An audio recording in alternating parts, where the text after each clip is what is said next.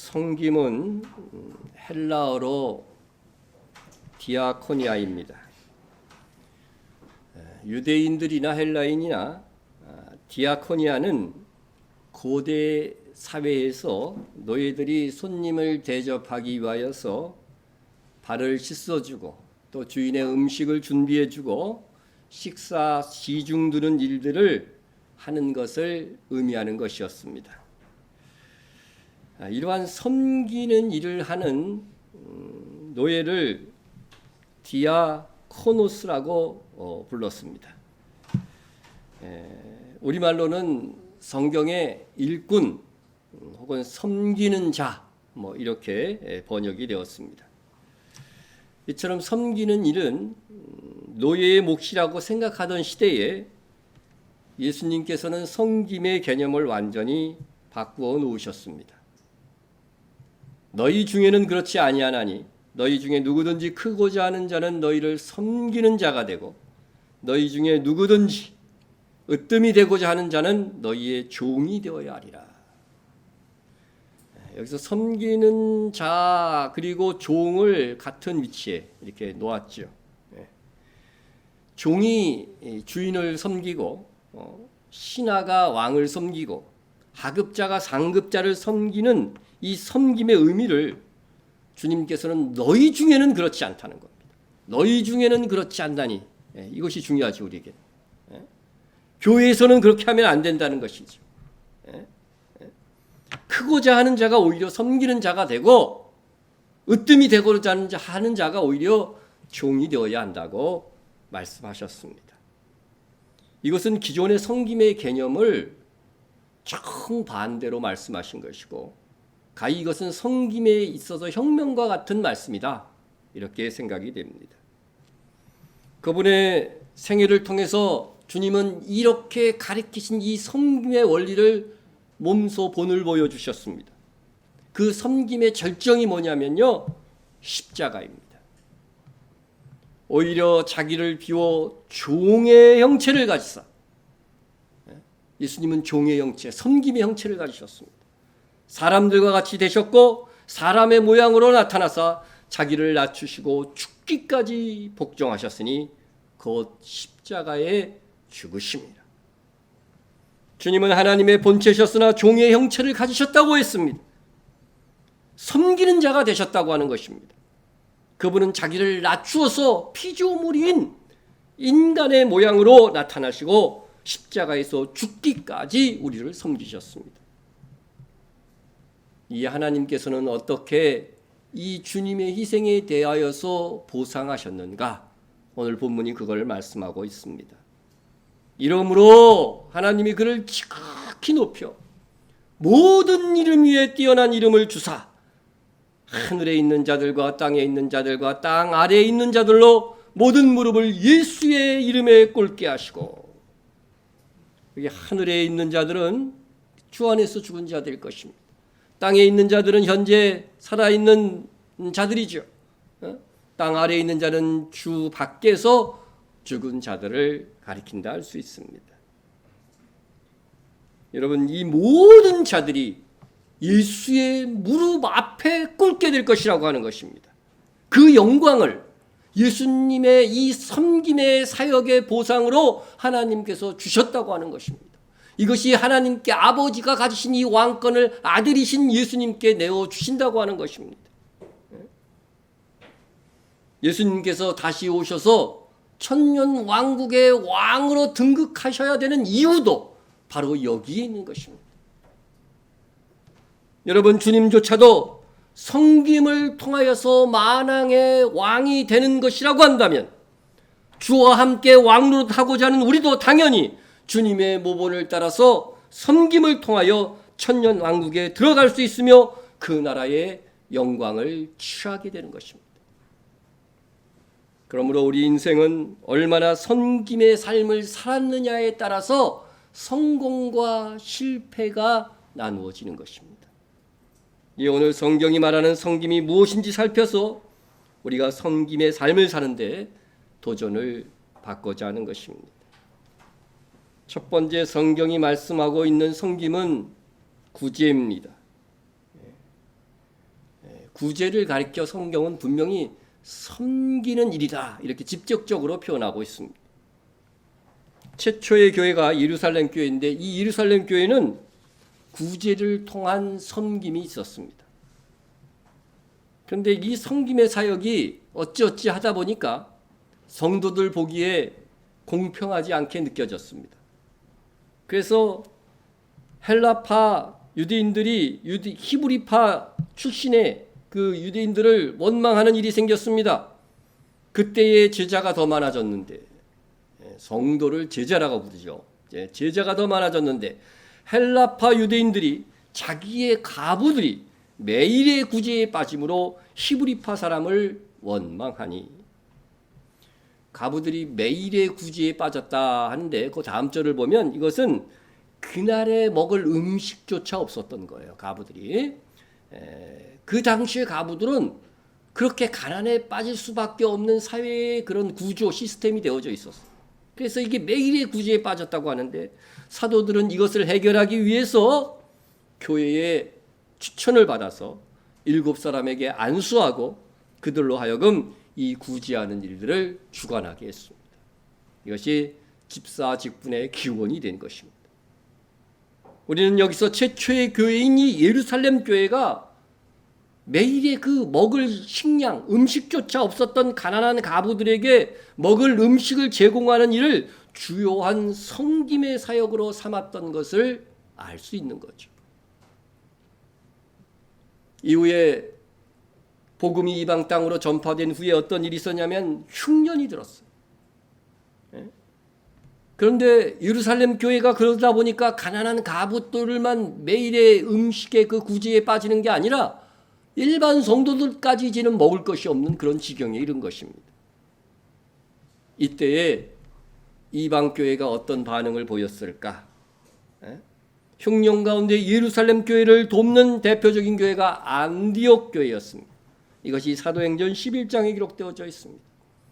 그 중에 아가보라고 하는 한 사람이 일어나 성령으로 말하되 천하에 큰 흉년이 들리라 하더니 글라우디오 때에 그렇게 되니라. 제자들이 각각 그 힘대로 유대에 사는 형제들에게 부조를 보내기로 작정하고 이를 실행하여 바나바와 사울의 손으로 장로들에게 보내니라. 천하의 흉년이 들었으니까요. 안디옥 지역이라고 흉년이 안 든 것은 아닙니다. 그러나 식민사회였던 그 예루살렘이 더한 이런 기근에 휩싸일 수밖에 없었기 때문에 안디옥 교회가 이렇게 힘을 모아갖고 부조는 이게 아까 말했던 디아코니아 섬기는 자라고 하는 뜻입니다. 그래서 섬기는 자 바울과 사울을 예루살렘으로 그 물질을 가지고 파송하게 되었다는 이야기입니다. 안디옥 교회뿐만 아닙니다. 마게도니아 교회가 예루살렘 교회의 생존을 위해서 연보로 섬기는 이야기가 성경에 기록되어져 있습니다. 형제들아, 하나님께서 마게도냐 교회들에게 주신 은혜를 우리가 너희에게 알리노니 환난의 많은 시련 가운데에서 그들의 넘치는 기쁨과 극심한 가난이 그들의 풍성한 연보를 넘치도록 하게 하였느니라.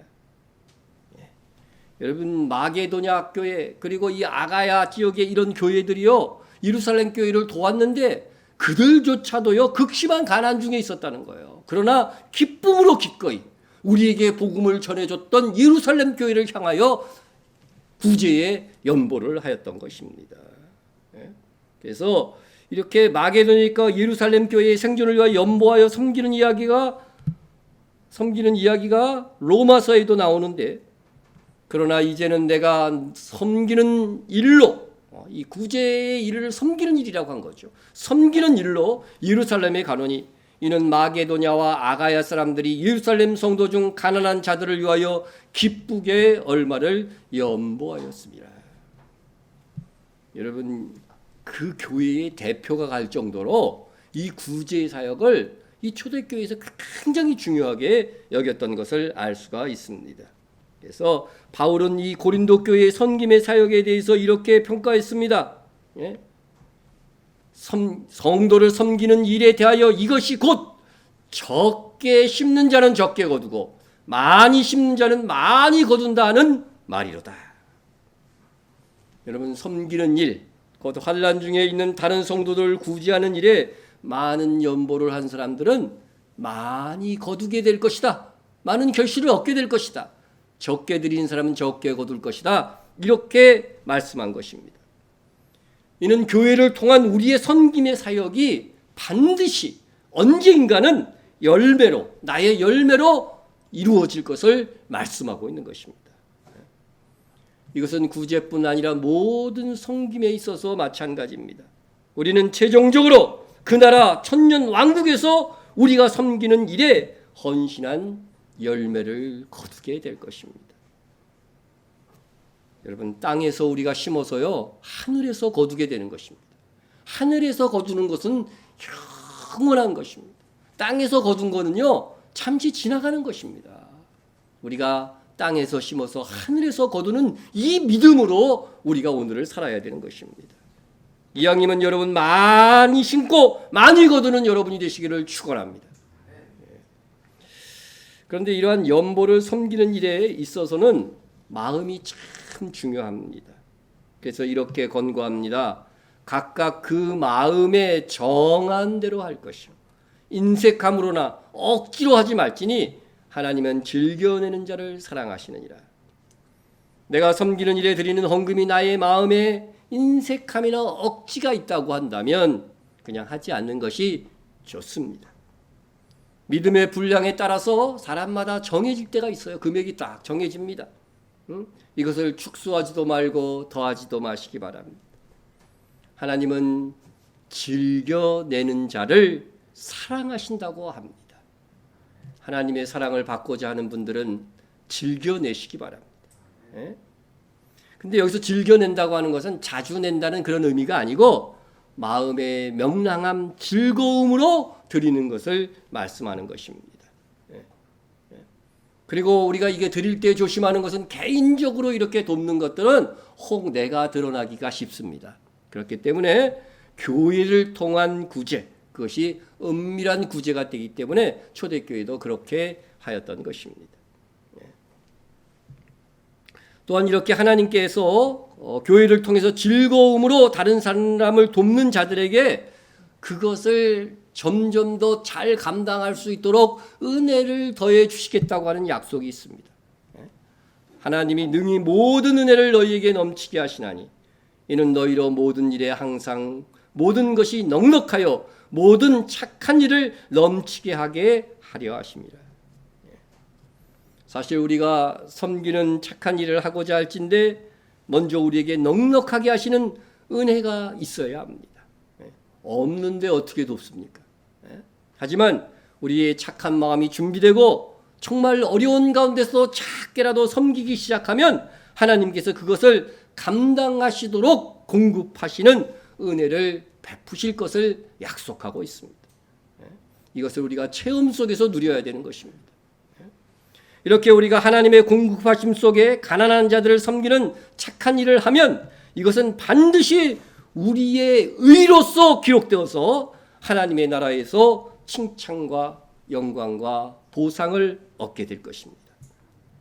기록된 바 그가 흩어 가난한 자들에게 주었으니 그의 의가 영원토록 있느니라 함과 같으니라.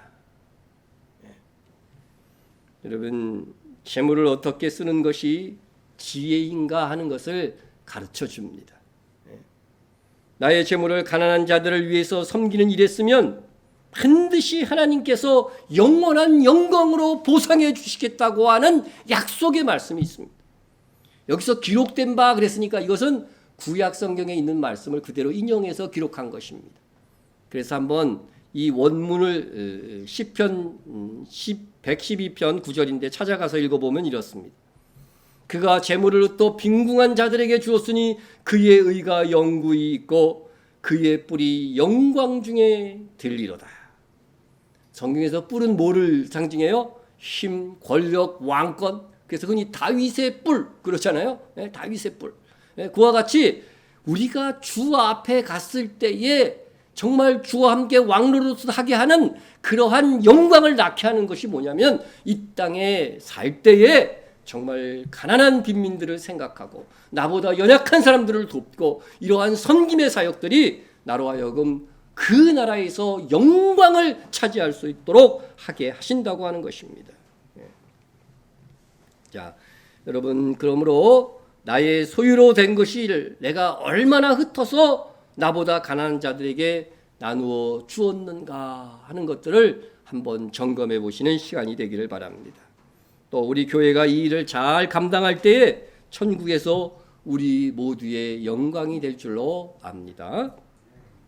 자, 두 번째 섬김은 말씀, 복음이라고도 할 수 있고 전도, 선교, 양육, 간증을 필요한 이 말씀이 섬김의 사역이다. 성경이 그렇게 표현하고 있습니다. 가난에는 물질적 가난도 있지만 영적인 가난도 있어요. 예수님도 떡으로만 살 것이 아니라, 그죠? 하나님의 입으로 나오는 말씀으로 산다고 하는 거죠. 떡은 육신의 양식이고 말씀은 영의 양식인 것이죠. 그래서 이 육신의 가난을 섬기는 것도 중요하지만 모두 중요하다. 영의 가난한 자, 그들을 말씀으로 공급하여서 힘을 얻게 하는, 영혼의 힘을 얻게 하는 이것도 귀한 섬김의 사역이라고 말씀하고 있는 것입니다. 양식이 없어 주림이 아니요, 물이 없어 가람도 아니요, 여호와의 말씀을 듣지 못한 기갈이라.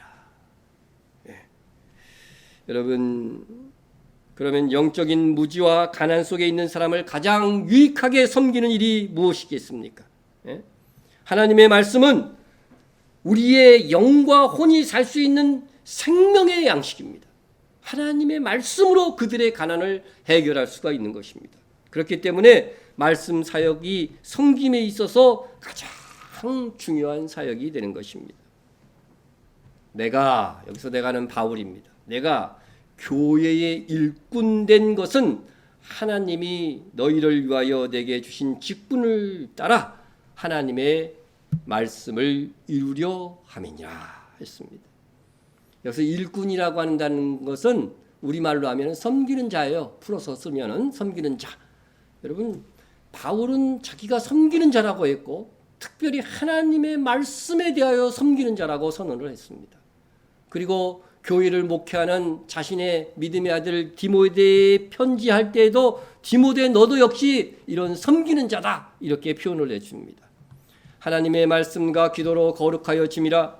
내가 디모데에게 하는 말이면 내가 이것으로 형제를 깨우치면 그리스도 예수의 좋은 일꾼이 되어, 여기서도 디아코노스, 섬기는 자라는 뜻입니다. 예수의 좋은 섬기는 자가 되어 믿음의 말씀과 내가 따르는 좋은 교훈으로 양육을 받으리라 했습니다. 여러분, 목사라고 하는 그런 교회의 칭호가 없을 때에 초대교회 시절에 그러한 직분을 행사하고 있는, 말씀을 전하고 있는 사람들을 칭하는 공식 직함이 뭐였냐면요, 바로 여기서 말하는 디아코노스예요. 섬기는 자라고 불러. 정확하게 하면 섬기는 종입니다. 섬기는 종. 아까 그 안디옥교에서 부조를 보내기로 한 얘기를 했는데 그 부조도 디아코노스예요. 그러니까 우리 성경의 일꾼, 섬기는 자, 부조 이렇게 번역된 것이 실상 다 목사를 가리키는 공식 칭호예요. 그 당시에는 섬기는 종이라고 불렀다는 거지, 목사를. 그래서 이 말씀을 섬기는 것을 그렇게 중요하게 여겼던 것입니다. 그렇다고 말씀의 이 섬김은 비단 전문 사역자의 것만은 아닙니다. 우리가 배운 말씀을 따라 다른 사람들을 교훈하고 또 간증하는 일도 다 말씀으로 섬기는 사역의 일에 포함될 것입니다. 우리는 성도 간에 얼마든지 말씀을 통해서 내가 받은 은혜를 나누면서 이 말씀의 섬김을 실천할 수가 있는 것입니다. 그렇게 우리가 섬기는 일이 성경의 대표적인 것 두 가지만 살펴봤는데, 어떤 면에서는 섬기는 일이 무엇인가 아는가 보다도 섬기는 자세가 더 중요합니다. 우리가 섬김의 자세가 얼마나 중요한지 이 모세를 통해서 오늘 좀 생각해 보려고 합니다. 모세는 정말 충성된 일꾼이었고 섬기는 종이었습니다. 여러분, 모세를 가리키는 수식어 중에 붙는 그 모세라는 이름 앞에 붙는 것이 뭐냐면은요, 여호와의 종입니다. 여호와의 종. 여호와의 종 모세라는 말이 성경에 18번 나옵니다. 그런데 이게 전부 다 모세가 죽은 다음에 나오는 칭호더라고요. 예? 평상시에는 그냥 모세 그러다가 죽은 후에 여호와의 모세가 죽은 후에 이렇게 하면서 계속해서 여호와의 종이라는 칭호가 모세 앞에 들어간다고 하는 것입니다. 예. 그것은 그의 삶에 대한 종합평가라고 하는 것이죠. 그가 여호와의 종으로 섬기는 자로 살았다고 하는 것입니다. 예. 그런 모세였기에 늘 이스라엘에 대한 중보 기도를 합니다. 하나님 앞에. 예. 그런데 성경에 보니까 단 한 번, 딱 단 한 번 자기를 위해서 기도합니다. 이것입니다.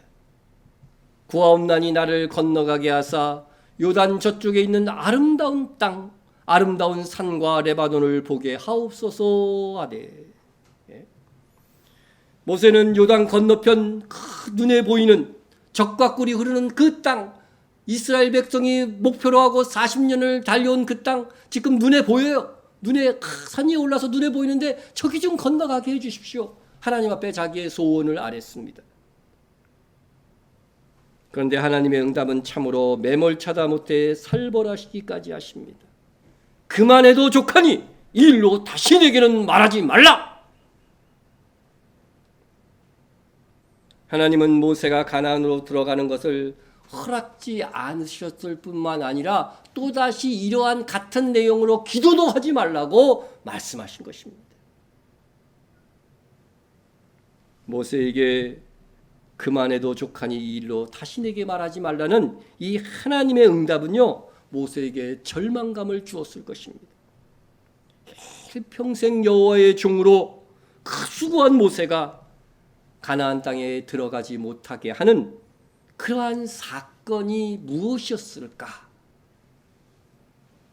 모세는 광야 40년 동안 누구보다도 헌신했던 사람입니다. 온갖 시련을 겪으면서도 패역한 이스라엘을 끌어안고 가데스의 신강야까지 왔습니다. 성경에 보면 신강야가 두 군데가 있는데 원문에 보서는 하나는 신이고 하나는 찐입니다. 다른 광야죠. 그런데 이제 가데스의 이 신광야에까지 왔는데 거기서 이스라엘 백성이 또다시 각종 원망과 불평을 늘어놓습니다. 모세와 아론 앞에 나와서 너희가 어찌하여 여호와의 회중을 이 광야로 인도하여 우리와 우리 짐승이 다 여기서 죽게 하느냐? 너희가 어찌하여 우리를 애굽에서 나오게 하여 이 나쁜 곳으로 인도하였느냐? 이곳에는 파종할 것이 없고 무화과도 없고 포도도 없고 석류도 없고 마실 물도 없도다. 여러분, 백성들은 모세에게 물 문제를 해결해 달라고 요청하면 됩니다. 왜냐하면 전에 이미 르비딤 시내산 광야 근처의 그 신광야에서요 반석을 쳐가지고서 물을 낸 적이 있습니다. 그러한 경험이 있기 때문에 이제 그 지역에서 이동해서 새로운 지역으로 왔으면은 또다시 모세에게 요구해서 하나님께 기도해서 물을 달라고 해라 이렇게 요청해야 됩니다. 예? 그러면 모세와 아론이요 전과 같이 하나님께 간구하면 해결될 수 있는 문제였어요. 그렇지만 그들은 다짜고짜 원망과 불평을 하면서 책임 추궁까지 합니다. 아니 모세와 아론이 인도했어요? 구름기둥 불기둥으로 하나님께서 여기까지 인도하신 건데 그 모든 것을 모세와 아론에게 뒤집어 씌워갖고 불평을 합니다. 그래도 모세와 아론은 회막문에 엎드려서 기도합니다. 기도하니까 하나님께서 응답해 주십니다. 그들의 목전에서 너희는 반석에게 명령하여 물을 내게 하라. 내가 그 반석이 물을 내게 하여 회중과 그들의 짐승에게 마시게 할지니라. 하나님께서 이스라엘의 원망과 불평에도 불구하고 응답해 주셨습니다. 여기서 중요한 것은 전처럼 반석을 치지 말고 명하여 물을 내라고 하는 것입니다. 그런데 모세는 하나님의 말씀을 듣고 이스라엘 회중을 반석 앞에 모으고서 어떻게 합니까? 반역한 너희여 들으라. 우리가 너희를 위하여 이 반석에서 물을 내려 하고 모세가 그의 손을 들어 그의 지팡이로 반석을 어떻게? 2번 치니 명하라고 했는데 2번 친 겁니다. 2번 치니 물이 많이 솟아나므로 회중과 그들의 짐승이 마시니라. 반석에서 물이 나왔습니다. 그러나 모세는 하나님께서 지시한 대로 하지 않았습니다. 반석을 명하여 물을 내라 한 것이 아니라 반석을 2번이나 쳐서 물을 내었던 것입니다. 하나님께서 이것들을 통하여 중요한 상징들을 얘기하시려고 하셨는데 그것을 어긴 것이죠. 그런데 결과는 반석에서 물을 내었으니까 성공한 것으로 보입니다. 거기에다가 그가 백성들에게 한 말, 모세가 백성들에게 한 말이 심각합니다. 우리가 너희를 위하여 이 반석에서 물을 내랴. 이 말씀. 마치 모세는 자신과 아론이 반석에서 물을 내어주는 것처럼 말한 것입니다. 그래도 반석에서는 물이 콸콸콸 흘러나왔습니다. 하나님의 역사와 능력을 또다시 나타내었지만 정작 그 일을 한 모세는 슬프게도 이 일로 인하여서 가나안에 들어갈 수 없게 된 것입니다. 여호와께서 모세와 아론에게 이르시되 너희가 나를 믿지 아니하고 이스라엘 자손의 목전에서 내 거룩함을 나타내지 아니한 고로 너희는 이 회중을 내가 그들에게 준 땅으로 인도하여 드리지 못하리라 하시니라. 여러분, 우리가 이 사건을 통해서 천년 왕국과 관련하여서 무슨 교훈을 얻을 수 있겠습니까? 첫째, 화를 내면 하나님의 방법으로 일하기가 쉽지 않다는 것입니다. 화가 나면 화부터 잠재워야 됩니다. 모세가 이스라엘 백성에게 화를 쏟아냈습니다. 저는 이 모세의 심정이 이해가 됩니다. 40여 년 그렇게 헌신한 그 모세를 보고도 힘없이 원망과 불평을 쏟아낸 이스라엘 백성들이기 때문에 그렇습니다. 여러분, 모세가 얼마나 온유한 사람인지 아세요? 하나님이 인정하는 온유한 사람이었습니다. 이 사람 모세는 온유함이 지면의 모든 사람보다 더하더라. 지면의 모든 사람 중에 가장 온유한 모세까지도 참을 수 없었던 이스라엘의 패역입니다. 그러니까 하나님은 얼마나 온유하신 분이세요. 네? 그 이스라엘은 우리가 믿는 자들이 믿음 후의 삶과 비슷하다고 생각하시면 됩니다. 이에 모세는 견디다 못해 분노했고 흥분하여 반역한 너희여 들으라 하면서 소리를 지른 것입니다. 하나님의 일을 집행하는 과정에서 모세는 인간적인 분노를 쏟아냈습니다. 화를 내면 하나님의 방법대로 일하는 것도 잊어버리고 하나님의 방법으로 일하기가 쉽지 않습니다. 여러분, 화를 내서 그렇게 이득 본 적이 있습니까? 여태까지. 그렇게 온유했던 모세였는데 그 온유함을 잃고 백성들에게 화를 내었을 때 반석에게 명하여 물을 내라고 하는 이 하나님의 지시하심을 잊어버리고 흥분하여 반석을 2번씩이나 쾅쾅 친 것입니다. 그로 인해 모세와 아론은 가나안에 들어가는 영광을 잃어버리게 되었습니다. 출애굽한 광야의 이스라엘은 믿음으로 구원받은 성도들이고 따라서 광야는 믿음으로 구원받은 성도들의 인생길을 뜻하고 가나안은 광야에서의 삶의 공적을 따라 들어가는 천년 왕국을 상징합니다. 저는 모세가 가나안이 상징하는 천년왕국에 들어가지 못할 것이라고는 생각하지 않습니다. 단지 하나님께서 모세가 분을 낸 이 사건을 통해서 화를 내면서 주의 일을 하면 천년왕국에 들어갈 공적을 잃게 된다는 것을 우리에게 교훈하시기 위하여서 모세라도 안 된다고 하는 그 거절을 보여주신 것입니다.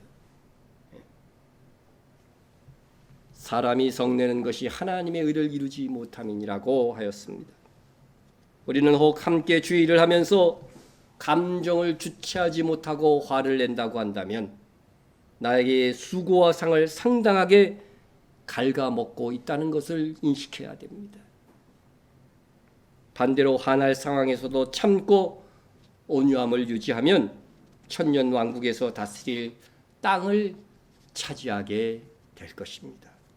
그것이 주님이 말씀하신 온유한 자는 복이 있나니 그들이 땅을 기업으로 받을 것이며 진정한 의미인 것입니다.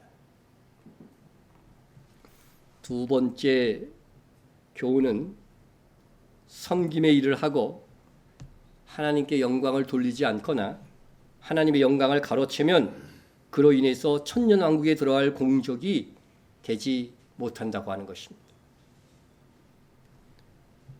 우리가 너희를 위하여 이 반석에서 물을 내랴. 모세의 이 말은 하나님의 영광보다는 자신의 행동을 드러내는 말입니다. 마치 모세는 아론과 자신이 반석에서 물을 내게 하는 능력자인 양 말한 것입니다. 영광을 하나님께 돌리지 않고 자신들이 취한 것입니다. 하나님께서는 내 영광을 다른 자에게 주지 아니하리라 말씀하셨습니다. 하나님께서 우리를 만드시고 인생을 살게 하신 가장 궁극적인 이유도 우리를 통해서 영광을 받으시기 위함입니다. 그런데 영광을 하나님께 안 돌려? 그건 우리의 창조 목적에 맞지 않게 우리가 행동하는 것이 되는 것입니다. 그러므로 우리는 절대로 모든 영광을 하나님께 돌릴 줄 알아야 됩니다. 처음에는 하나님께 영광을 돌리다가도 같은 사건을 말하다 보면 간증하다 보면요 자기를 드러내는 경우들이 얼마든지 있을 수 있습니다. 하나님께 영광을 돌려 우리의 상을 잃지 말아야 됩니다. 셋째 교훈은 우리는 나로 하여금 하나님의 큰 역사가 일어났다고 해도 나는 벌을 받을 수 있다는 것을 알아야 됩니다. 세상에서 큰 능력과 성과로 일하는 사역자들이 이 착각에 빠질 수가 있어요. 나로 하여금 놀라운 능력이 나타났고 교회도 부흥하였으니 나는 하늘에서 상이 얼마나 많을까. 그러나 여러분 잘 보십시오. 모세로 인해서 200만 명 이상으로 추산되는 사람들이 마실 물이 그 엄청난 양의 물이 반석에서 콜콜콜 쏟아난 것입니다. 반석에서 그 200만이 먹으려면요 그냥 물이 솟아나와서는 안 되고 엄청난 물이 솟아나와서 그것이 시내를 이루고 이스라엘 사이사이에 흘러야 됩니다. 그 많은 사람들이 먹고 마신 신령한 음료가 되었습니다. 여러분은 이 정도의 능력을 행한 사람을 본 적이 없습니다. 본 적이 있나요? 아마 없을 것입니다.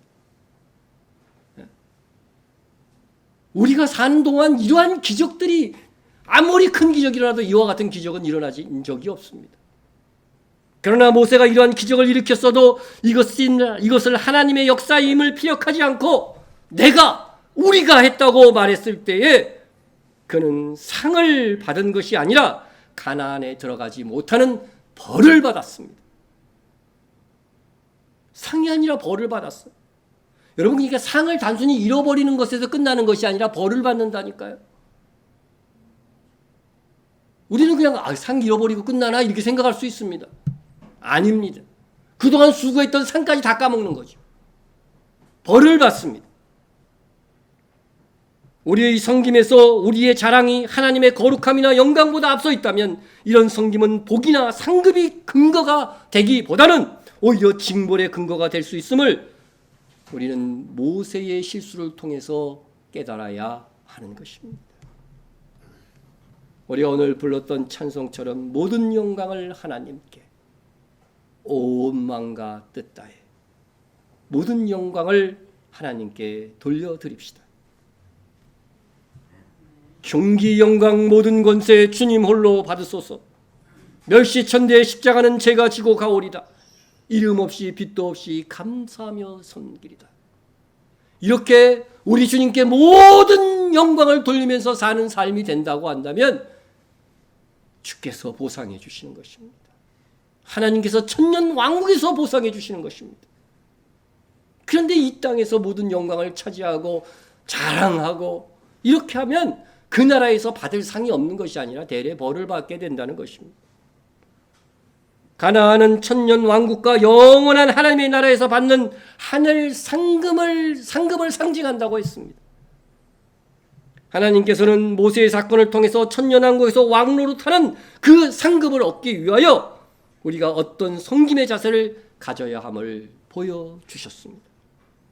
아무리 내가 충성하고 섬기었어도 자기를 내세우고 하나님께 돌아가야 될 영광을 자기 수고와 섬김의 결과로 말한다고 한다면 이는 이미 상을 받아버린 것이 되어서 주님 다시 오실 때는 아무 상이 없습니다.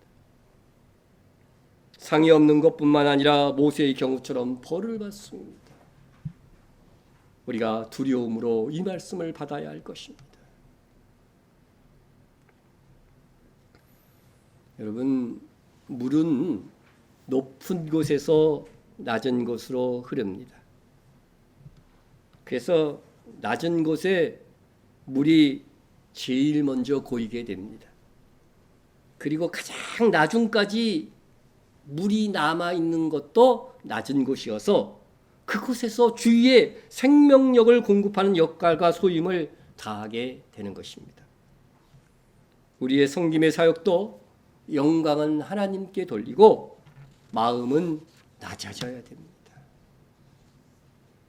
여러분, 하나님의 복도 흘러서 낮은 곳으로 흐르게 됩니다. 자기를 낮추고 섬김의 자리에 있는 성도에게 하나님의 복은 가장 먼저 고이고 끝까지 남게 될 것입니다. 어떤 성도님이 교회 일을 하면서 서로 간의 관계 속에서 불편해서 스트레스를 받고서 기도하는데 기도 중에 하나님이 그거 쉬운 거야 그렇게 응답해 주시더라고 하는 것입니다. 쉽게 할 수 있다는 것입니다. 그러면서 자연스럽게 떠오른 말씀이 나는 마음이 온유하고 겸손하니 나의 멍에를 보고 내게 배우라. 그리하면 너희 마음이 쉼을 얻으리니 이는 내 멍에는 쉽고 내 짐은 가벼움이라 하시니라. 결국은 내가 교만해서 상처를 받고 힘들어하는 것이라는 것을 깨닫고 회개했다는 것입니다. 겸손하게 낮아지면은요, 정말 주님께서 사람의 모양까지 낮아지신 것 같이 내가 낮아지면은요, 다른 사람으로 인하여 상처가 되지 않습니다. 나는 그가 말한 것보다도 더 못된 사람이라고 생각합니다. 종이 되어야 하는데 왕이 되어 섬기려고 하는 일들이 교회에서조차 일어나는 것입니다. 그러나 주님의 온유와 겸손을 배우면 더불어 일하는 것이 참 쉬워집니다. 제가 최근에 몇 개의 간증을 들었는데 여러 간증을 들어보면 어려운 가정 형편에 있었던 청소년이나 청년들이 이 교회를 갑니다. 근데 교회를 가면 그 어른 성도들이 아는 어른 성도들이 아이고 너 얼마나 힘드니? 내가 너 어려운 줄 내가 다 안다. 그렇게 위로한다시고 동정하는 말들을 해준다고 합니다. 그런데 이들이 이런 말에 위로를 받기보다는 이런 말 듣기 싫어서 교회에 안 갔다는 거예요. 그들의 입장에 안 서봐서 저는 이 말을 아주 쇼킹하게 들었습니다. 여러분, 우리의 섬김이 상대의 가슴에 와닿는 것이 되어야 됩니다. 우리는 막연히 동정하고 불쌍히 여기는 마음만 가지면 좋을 거라고 생각합니다.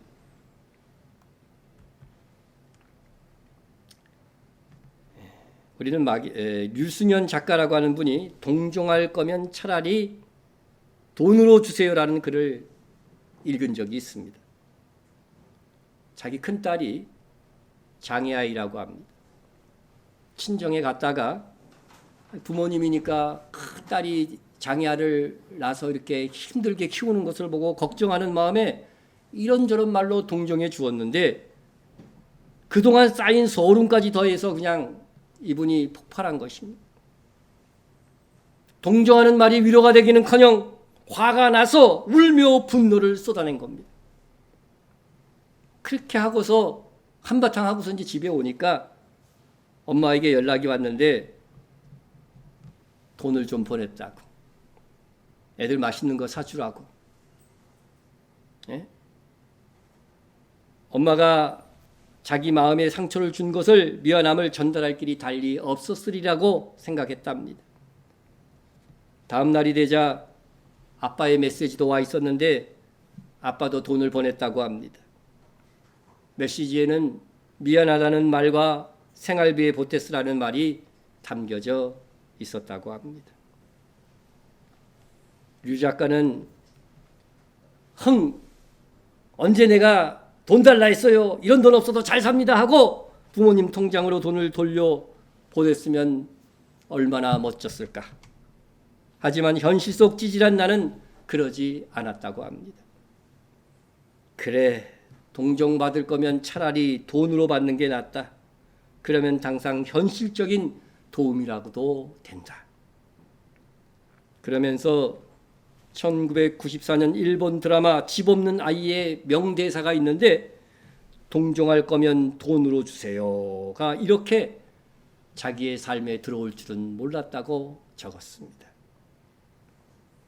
그러면서 그는 동정에 대한 자기의 의견을 이렇게 밝힙니다.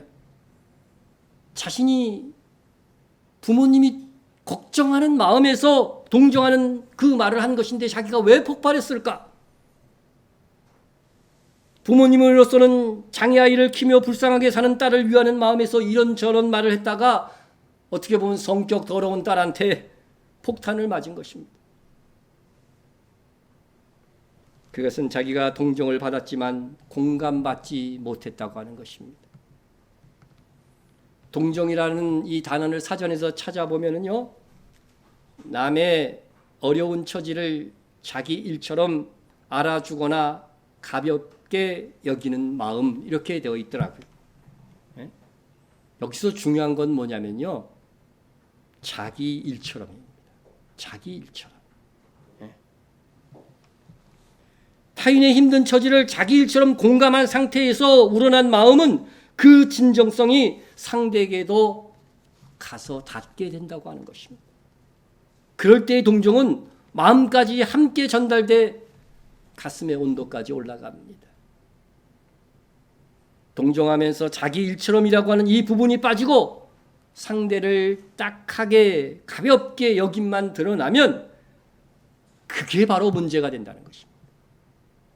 동정의 말이 듣는 사람에게 오히려 상처가 되는 것입니다. 내 일처럼 여기고 생각해보는 공감이 쑥 빠진 상태로 상대를 가볍게만 여기고 딱하게만 여기는 순간 나는 상대 위에 우뚝 솟아오른 상대를 내려다보는 자가 됩니다. 우리는 자칫 섬긴다고 하면서 상대를 내려다보는 자가 되는 그런 값싼 동정의 함정에 빠질 수가 있습니다. 값싼 동정에 그래도 동정하는 마음이 낫지 않냐고 고모할 이는 여러분 많지 않습니다. 그런 동정을 받으면 그나마 간신히 붙들고 있던 삶의 의욕마저 꺾이게 되는 것입니다. 값싼 동정을 받았던 그 청소년 청년들이 오히려 교회를 떠나게 되는 일들이 그래서 있었던 것입니다. 하나님의 일과 교회의 일을 하면서 내 일처럼 하지 않고 무슨 자선이나 서비스를 베푸는 것처럼 혹한다고 한다면 하나님도 똑같은 감정을 우리에게 느끼실 것입니다. 하나님께서 우리의 헌신을 값상 동정처럼 여겨서 하나님께서 폭발하실지도 모를 일입니다.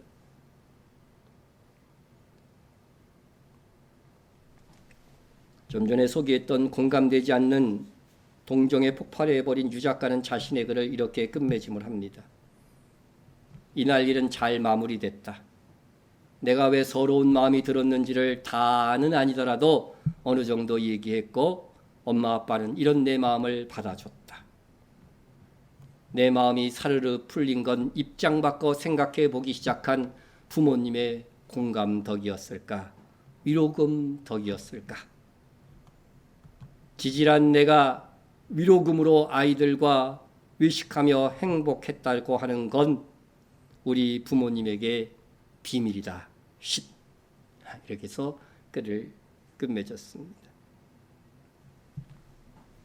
예루살렘 교회 또 이방 교회가 가난한 자들을 섬겼던 것은 절대 값싼 동정이 아니었습니다. 실제적인 도움이 될 수 있도록 제도를 세웠고 고린도 교회는 성경을 보면 1년 이상 준비를 했습니다. 실제적 연보를 하여서 실제적 도움이 되게 했습니다. 돈으로 동정한 것입니다. 먹을 것이 없는 성도들에게 먹을 것이 있도록 만들어준 것입니다. 만일 형제나 자매가 헐벗고 일용할 양식이 없는데 너희 중에 누구든지 그에게 이르되 평안히 가라, 덥게 하라, 배부르게 하라 하며 그 몸에 쓸 것을 주지 아니하면 무슨 유익이 있으리요. 이와 같이 행함이 없는 믿음은 그 자체가 죽은 것입니다. 여러분, 돈이 수반되지 않는, 다시 말해 내 것을 내어줌이 없는 섬김은 무슨 유익이 있으리요? 라고 성경이 말씀하고 있습니다. 정말 어려운 사람들은 대놓고 말하지는 못해도 동정할 거면 차라리 돈으로 주세요라고 외치고 있을지도 모릅니다. 가장 좋은 것은 마음도 공감해주고 물질도 가는 것입니다. 그런데 마음이 가지 않은 상태에서 돈만 던져준다면 차라리 어렵고 힘든 사람한테 도움은 됩니다. 하지만 욕은 먹을 것입니다. 도운 사람이 욕을 먹겠죠. 그런데 아주 입으로는 서비스, 위로하는 말을 하는데 실질적인 도움을 전혀 안 준다. 이거는 죽은 것이라고 하는 것입니다. 주님이 분노하신 일입니다. 우리의 섬김이 상대를 아래로 내려다보는 값싼 동정이 되면 안 됩니다. 내가 도와주더라도 그 영혼, 그 사람은요, 나보다 귀한 영혼으로 생각하고 도와야 되는 것입니다.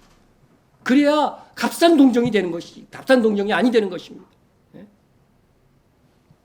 말씀으로 섬기던, 물질로 섬기던, 남의 어려운 처지를 자기 일처럼 여기는 섬김의 자세가 필요합니다. 우리 주님은 우리가 지옥에 떨어지게 될 것을 얼마나 당신 자신의 일로 여기셨으면 우리와 같은 사람이 되셨겠습니까? 나 자신에서 십자가를 지시기까지 하셨겠습니까? 이 예수님의 섬김의 본을 받아야 된다는 것입니다. 그 나라 천년왕국의 영광을 쟁취하고자 하시는 여러분, 주께서 우리에게 보이신 본을 따라 삽시다. 그러한 섬김만이 다시 오실 우리 주님께 인정을 받아서 천년왕국에서 왕노릇하는 영광에 이르게 될 것입니다. 우리 교회를 섬기고 또 성도를 섬기고 복음사역을 섬기고 그래서 섬김의 왕이 됩시다. 그러면 천년왕국 그 나라에서 주와 함께 영광의 왕이 될 것입니다. 우리 함께 통성으로 기도하겠습니다. 첫 번째, 영육 간에 섬기는 일에